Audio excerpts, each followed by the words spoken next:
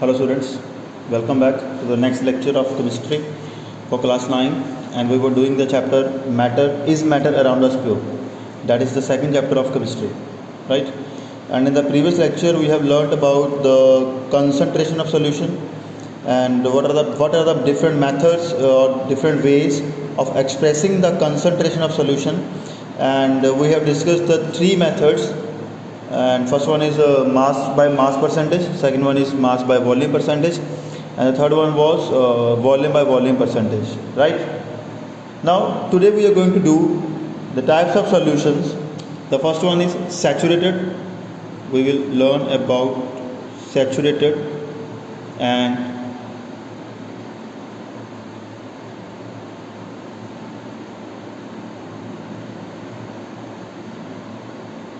unsaturated solutions. Okay, and the one term is also there, that is super saturated. वो बाद में करवाता हूँ, पहले ये तो दो सुनो. नो बेटा, जब हम सोल्यूशन बनाएंगे वाइल मेकिंग अ सोल्यूशन, हमेशा पॉसिबल नहीं होता कि to dissolve any desirable amount of solute in a given amount of solvent, right? And we can not increase the concentration of solution beyond a certain limit. Yes, we can say that कि हम एक solute को अगर solvent में dissolve कर रहे हैं तो एक पर्टिकुलर अमाउंट से ज़्यादा हम उसे सॉल्वेंट में डिज़ोल्व नहीं कर सकते. ये हमेशा हमारे पास होता है at a given temperature, if the temperature remains constant, right? So for example, if I take the example of sugar in water, that is a common example, then the sugar keep on going into the solution, or we can say keep on dissolving into the solution in the beginning to form a clear solution. But after some time a stage reaches when no more sugar crystals will dissolve in the solution or solvent, provided the temperature is kept constant. A solution, that situation of solution, or we can say that a solution in which no more solute can be dissolved at a given temperature is known as saturated solution. और इसकी एक बात बताता हूँ आपको, पहले definition लिखा दूँ. A solution in which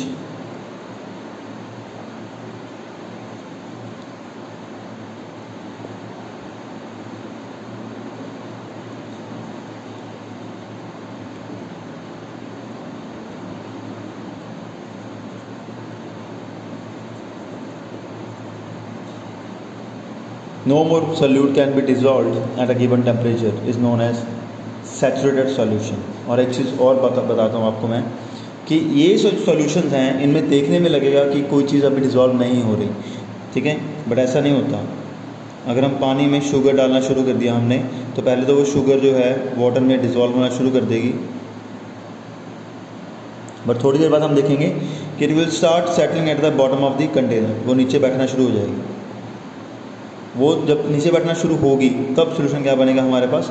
saturated solution बन जाएगा, ठीक है. बट अगर हम एट अ मॉलिक्यूलर लेवल की बात करें, ये तो हमारा सामने देखने से पता लगेगा हमें कि हाँ वो शुगर जो है वो नीचे बैठना शुरू हो गई और क्या बन गया? सैचुरेटेड सोल्यूशन बन गया. और किसी को पूछेंगे तो वो बोलेगा, ऐसे बोलेगा कि शुगर डिज़ोल्व नहीं हो रही, जितनी होनी थी हो गई, अभी और डिज़ोल्व नहीं हो रही. बट अगर हम मॉलिक्यूलर लेवल पर देखें बेटा, तो क्या होगा? जितनी हम शुगर ऐड कर रहे हैं, ठीक है, वो डिज़ोल्व हो ही जाएगी. जितनी डिज़ोल्व होती रहेगी उतनी दोबारा कंबाइन होकर नीचे बैठ जाएगी. ऐसा होता है एक्चुअली. इसको बोलते हैं हम इक्विलिब्रियम स्टेट. क्या बोलते हैं स्टेट? इक्विलिब्रियम. क्योंकि शुगर को जब हम पानी में डिज़ोल्व करते हैं ना, उसको बोलते हैं डिसोल्यूशन. जब शुगर दोबारा पानी में नीचे बैठना शुरू करती है उसको बोलते हैं हम क्रिस्टलाइजेशन, क्रिस्टल बनने शुरू होना. तो क्या होगा जब सैचुरेशन पॉइंट आएगा, जब maximum no more solute can be dissolve in the given solution, sorry, at a given temperature, तो तब क्या होता है? डिसोल्यूशन मतलब जितनी हम डिजॉल्व कर रहे हैं वो, क्रिस्टलाइजेशन मतलब जितना वो बैक आ रहा है, वापस नीचे बैठ रहा है, ठीक है. वो इसको बोलते हैं रेट ऑफ डिसोल्यूशन, मतलब जितनी स्पीड है डिसोल्यूशन की वो इक्वल हो जाती है किसके? Rate of crystallisation. मतलब जितने मॉलिक्यूल्स डिसॉल्व हो रहे हैं उतने ही मॉलिक्यूल जो पहले से डिसॉल्व हुए हैं वो इकट्ठे हो गए क्या बन रहे हैं? नीचे क्रिस्टल बन रहे हैं. एक्चुअली ये होता है. तो इस सैचुरेटेड सॉल्यूशन को हम बोलते हैं, स्टेट को बोलते हैं इक्विलिब्रियम स्टेट। कौन सा स्टेट? इक्विलिब्रियम। क्योंकि जब इस स्टेट पे आके these two rates becomes equal to each other, rate of dissolution will always become equal to the rate of crystallisation हो जाता है। तो मॉलिक्यूलर लेवल पर अगर देखें हम, तो जितने मॉलिक्यूल्स टूट के इसमें डिज़ोल्व हो रहे हैं, उतने ही मॉलिक्यूल्स आपस जो पहले डिज़ोल्व हुए हुए हैं वो कंबाइन होकर दोबारा से नीचे बैठ जाएंगे। ठीक है, वैसे नेक्ड आई से देखेंगे ऐसा लगेगा कि रिएक्शन रुक गया, मतलब डिसोल्यूशन रुक गई, वो नहीं हो रही। बट मॉलिक्यूलर लेवल पे या माइक्रोस्कोपी लेवल पे देखेंगे तो पता लगेगा कि वो रुकी नहीं है, वो डायनामिक है। It is not stationary, it is dynamic in nature. Dynamic means जितने मॉलिक्यूल्स अंदर डिजॉल्व हो रहे हैं, फोर्स वगैरह ऐड करने से उतने ही दोबारा नीचे बन रहे हैं। तो ये होता है actually at a point of saturation. This is known as saturated solution. ठीक है, पता लग गया? This is all about the saturated solutions.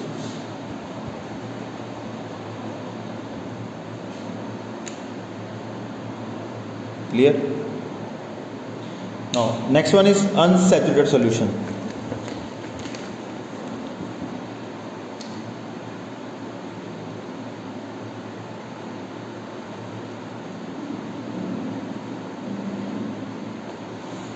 जब शुगर वाटर में डिसॉल्व हो रही थी, that was unsaturated solution which contains solute less than solution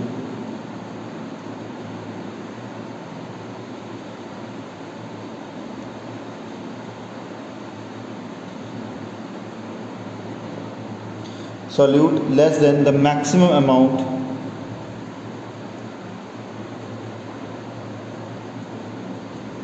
of solute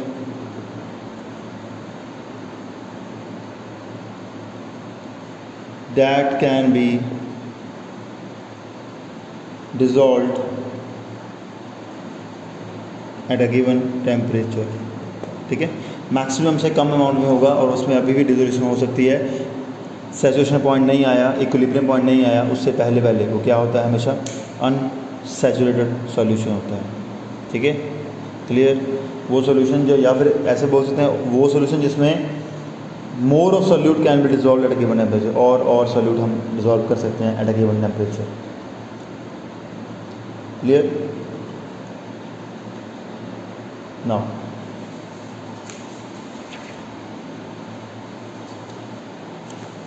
and one thing more, क्योंकि हमें पता लगा हमें कि सैचुरेटेड सॉल्यूशन में जो सॉल्यूट की अमाउंट है it is more than as compare to the unsaturated solution.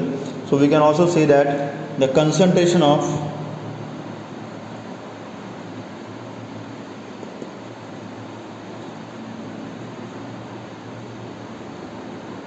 unsaturated solution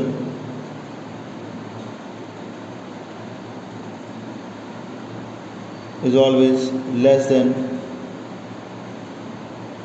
saturated solution. याद रखना ये चीज़ कि अनसैचुरेटेड सॉल्यूशन की जो कंसंट्रेशन है बेटा, वो हमेशा सैचुरेटेड से होगी, लेस होगी। Why? Because the amount of solute, because the concentration depends upon the amount of solute, and amount of solute in unsaturated solution is always less than the amount of solute in saturated solution. Clear? At a given temperature.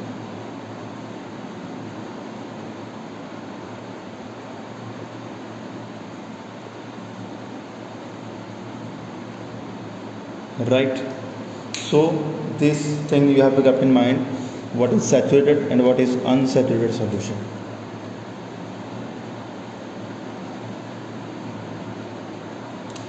Next one is the important one, is different one also, we can say super saturated solution. Super saturated solution. So a solution which contain, we can say, solute more than the amount of solute that the solvent can dissolve at a given temperature. जैसे अगर मैं बोल रहा हूँ कि 100 ml water में सिर्फ मैं बोलता हूँ मैक्सिमम 20 ग्राम ऑफ सॉल्ट ही आ सकता है, पर मैंने उसमें 40 ग्राम ऑफ सॉल्ट डाला हुआ है और वो उसमें डिज़ोल्व है, तो वो क्या बन जाएगा? सुपर सैचुरेटेड सॉल्यूशन बन जाएगा। ठीक है, in other words we can say it has a concentration more than the saturated solution. ठीक है। For example we can say water can dissolve 36 gram of 20 gram of sodium chloride per 100 gram, ठीक है, at 20 degree Celsius. Now a solution containing 40 gram of, suppose हमारे पास 40 ग्राम हो sodium chloride 100 ग्राम में, वो बन जाएगा सुपर सैचुरेटेड सॉल्यूशन। वैसे आपने देखा है ना जलेबियों का रस, चाशनी होती है घर पे, है ना, चाशनी, जो रसगुल्ले में रस होता है साइड पे, गुलाब जामुन में रस होता है, वो सारा क्या है, सुपर सैचुरेटेड सॉल्यूशन है, बिकॉज उसमें अमाउंट ऑफ सॉल्यूट उससे ज़्यादा है जितनी वो सॉल्वेंट मैक्सिमम अटेन कर सकता है, उससे भी ज़्यादा। तो मैं बोलूँगा अ सॉल्यूशन विच कंटेन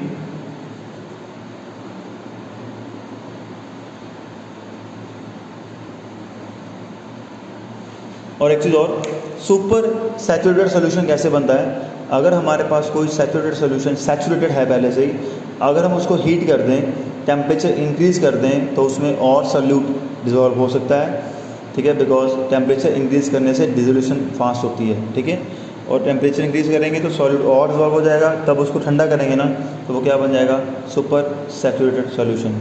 चाशनी की बात कर रहा हूँ, वो भी ऐसे ही बनती है, ठीक है। Solution which contains solute more than the amount of solute that can dissolve, या कैसे, that can be, that the solvent, ऐसे लिख लो, that the solvent can dissolve at the given temperature. You should write at the given temperature with the definition please. At a given temperature हर एक में लिखना है, saturated में भी, unsaturated में भी, and in super saturated solution also. Clear? Okay.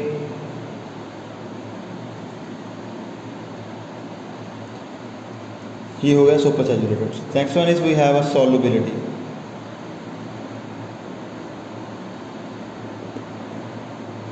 Solubility क्या है एक्चुअली? अगर मैं बोल रहा हूँ कि सपोज 100 ग्राम ऑफ वाटर में I need 36 gram of NaCl to make it saturated, कि अगर मेरे पास 100 ग्राम वाटर है और उसमें अगर मैं 36 ग्राम NaCl डालता हूँ तो वो क्या बन जाता है, सोल्यूशन सैचुरेटेड बन जाता है। इसका मतलब कि उसमें मैं अगर 37 ग्राम NaCl डालूँगा तो उसमें से 36 ग्राम तो डिज़ोल्व हो जाएगा, but the 1 gram NaCl will left behind at the bottom of the container, ठीक है। तो उसकी मैक्सिमम सॉल्युबिलिटी कितनी होगी NaCl की उसमें वाटर में, दैट इज़ 36 ग्राम पर 100 ग्राम। तो that is solubility only, the maximum amount of solute that can be required to prepare a saturated solution at a given temperature,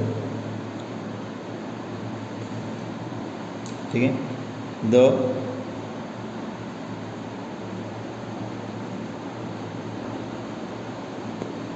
amount of solute, simple, मैं simple दिखाता हूँ, the maximum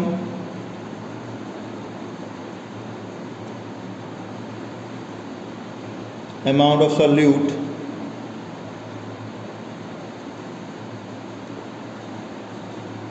that can be dissolved in 100 gram of solvent to make a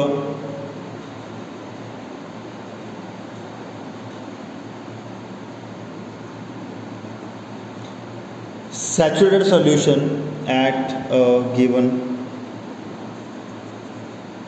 temperature.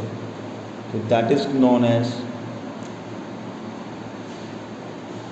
solubility, ठीक है।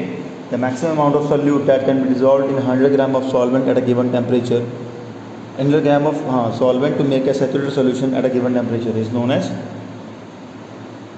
solubility of that solvent or solution, ठीक है जी, clear. So solubility of solute हम ऐसे डिफाइन करेंगे, याद रखना प्लीज, सिंपल है ये, ओके। फॉर एग्जांपल दे सकते हैं, अगर हम लिखना है यहाँ पे, तो फॉर एग्जांपल 36 ग्राम पर 100 ग्राम वी कैन से, 36 gram is the solubility, 36 gram of NaCl in 100 gram of water, या वो सिंपल हम कह सकते हैं the solubility of NaCl is 36 gram. Simple, क्योंकि NaCl 100 ग्राम ऑफ वाटर में मैक्सिमम 36 ग्राम में डिजॉल्व होगा, उससे ज़्यादा नहीं हो पाएगा। तो that is we can define as solubility. ठीक है, क्लियर? तो ये इजी है, हो जाएगा। And I am telling you some values for the solubility of different substances in 100 gram of water at a particular temperature. ये जो मैंने बताया था, जो मैं बताता हूँ दोबारा, जैसे NaCl is having 36 gram at temperature is 20 degree Celsius. 20 degree Celsius है बेटा। जैसे sugar is 204 gram at 20 degree Celsius. ठीक है, ओके। जैसे वी हैव फॉर एग्जांपल एक substance known as ammonium chloride.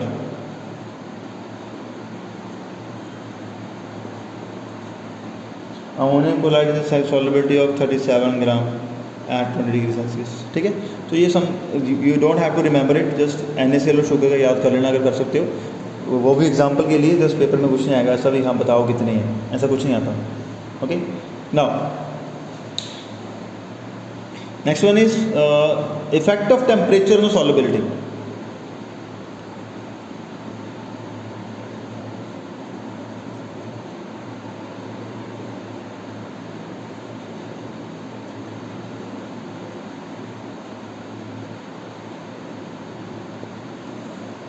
Effect of temperature on solubility याद रखना, मैं बता देता हूँ। Solubility always directly proportional to temperature.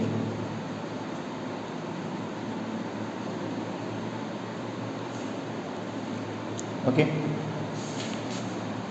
But it is not happening in all cases.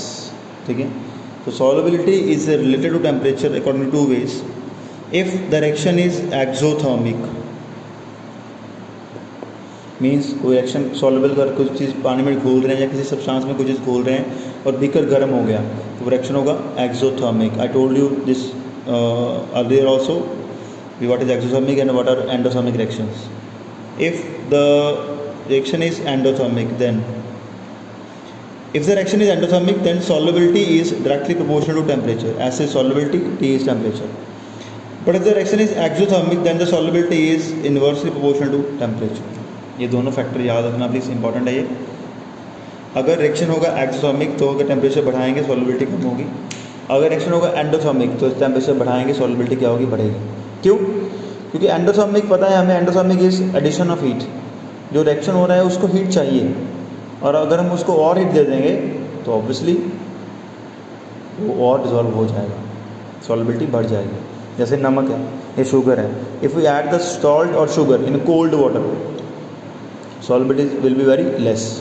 But if we add the same amount of sugar and salt in the hot water और in the warm water और in the water at room temperature, the solubility will become higher. Clear? Clear? ये याद रखना please. पता है हमें गर्म पानी में नमक और शुगर ज़्यादा जल्दी घुलती है, टेम्परेचर हाई होगा सॉल्युबिलिटी ज़्यादा हो जाएगा और ज़्यादा अमाउंट में भी घुलेगी, because reaction are endothermic. But exothermic, जैसे कैल्शियम ऑक्साइड, कली होती है ना, कली मार्केट में मिलती है, कैल्शियम ऑक्साइड। एक होता है सोडियम हाइड्रोक्साइड, लैब में मिलेगा सोडियम हाइड्रोक्साइड।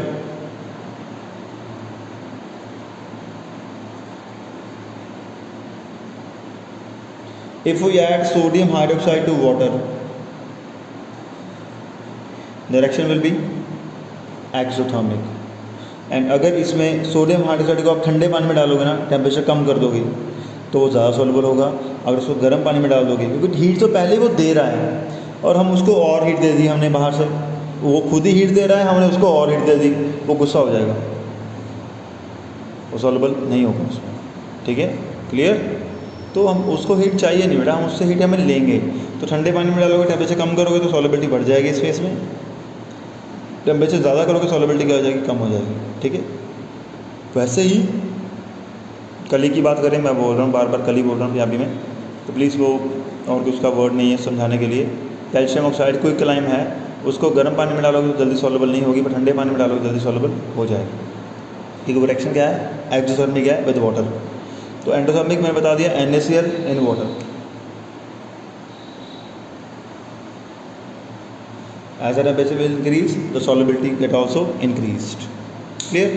तो ये था हमारे पास solubility depends upon temperature and temperature also we can say exothermic and endothermic के लिए बेटा अलग अलग होगा, ठीक है।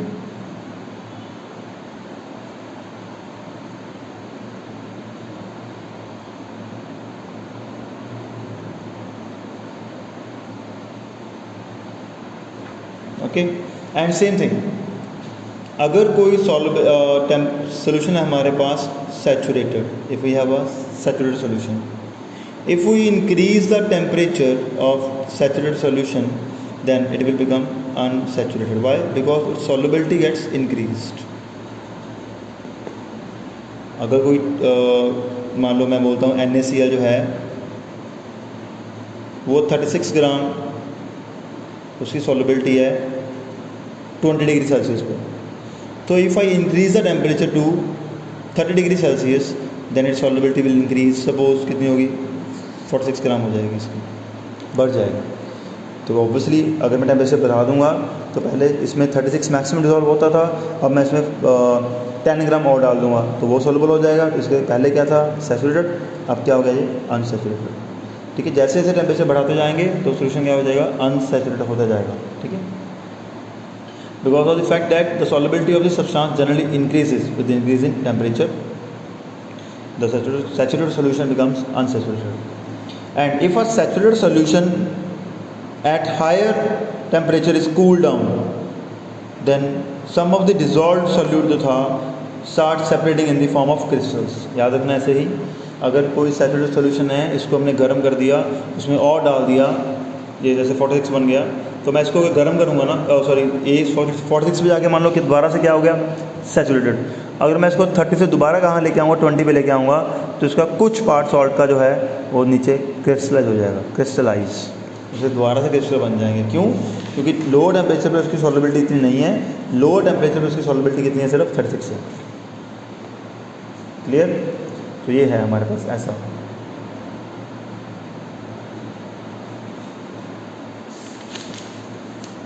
Okay, this is all about the solubility and the previous lecture we have learned about some क्या था वो, concentration of solutions and ways to find the concentration of solution. Now today I will send you some question answers related to this topic also and to the previous one also, solved and unsolved question answers, ठीक है, so that you can understood the topic very well. There are some numerical problems related to this topic, so please do it at your home. If you feel any difficulty, please ask me anytime. So that's all for the day beta. Thank you, bye bye, take care.